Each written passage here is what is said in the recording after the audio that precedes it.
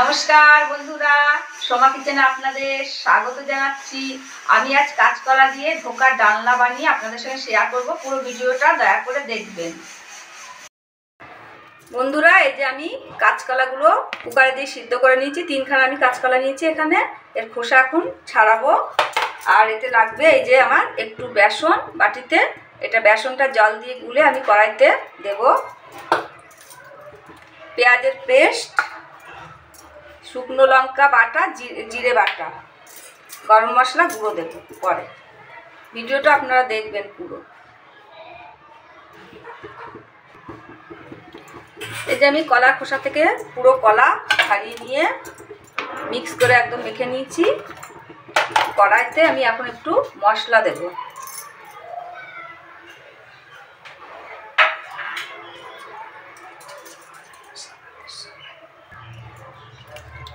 কড়াইতে তেল গরম হয়ে গেছে। এর ভিতরে আমি একটু দেব যে লঙ্কা পেস্ট, একটু দেবো পেঁয়াজ পেস্ট,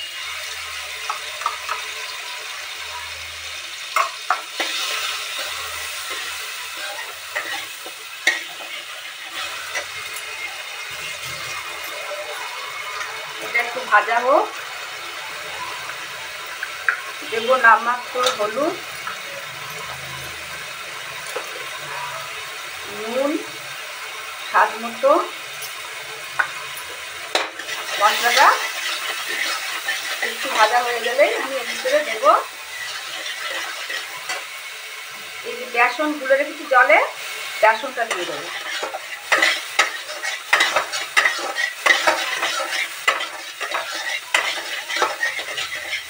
মশলা একটু মশলা বেশি ভাজতে হয় না, ভাজা হয়ে গেছে। বেসনটা আমি এর ভিতরে দিয়ে দিলাম।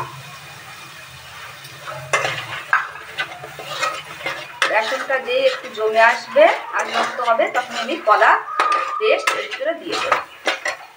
কলার পেস্ট এর ভিতরে দিয়ে দিলাম। এটা খুব করে মিক্স করতে হবে। আগুনটা কম করে রাখলাম। দুটো একদম খুব ভালো করে মিক্স করে নিতে হবে। মিক্স করে খানি বানাতে হবে।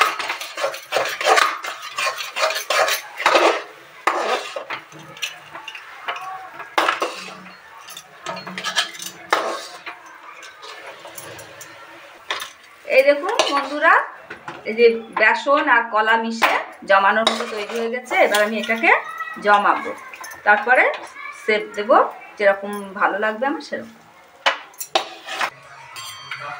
এইটাতে আমি জমাবো। একটু তেল এর ভিতরে মাখিয়ে নেব।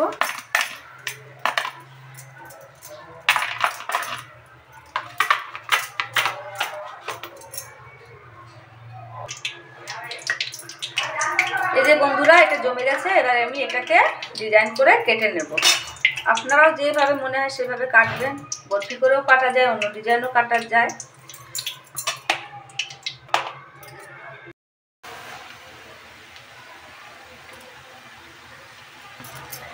আমার বরফিগুলো সব ভাজা হয়ে গেছে। বরফিগুলো তুলে নেব।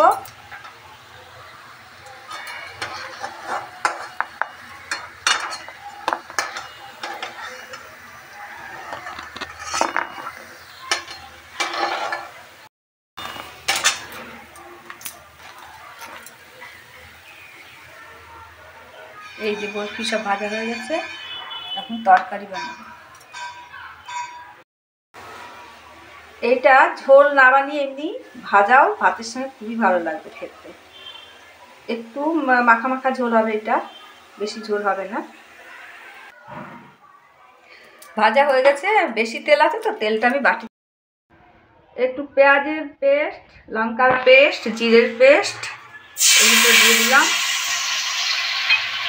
আর দেব হলুদ,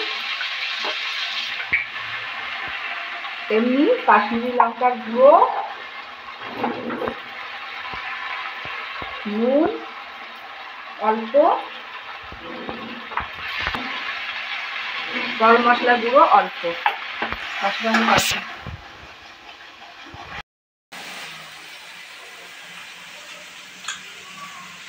দেখুন বন্ধুরা, ভীষণ কুরকুরে হয়েছে আর খুব টেস্টি। আপনারা অবশ্যই বানিয়ে খাবেন।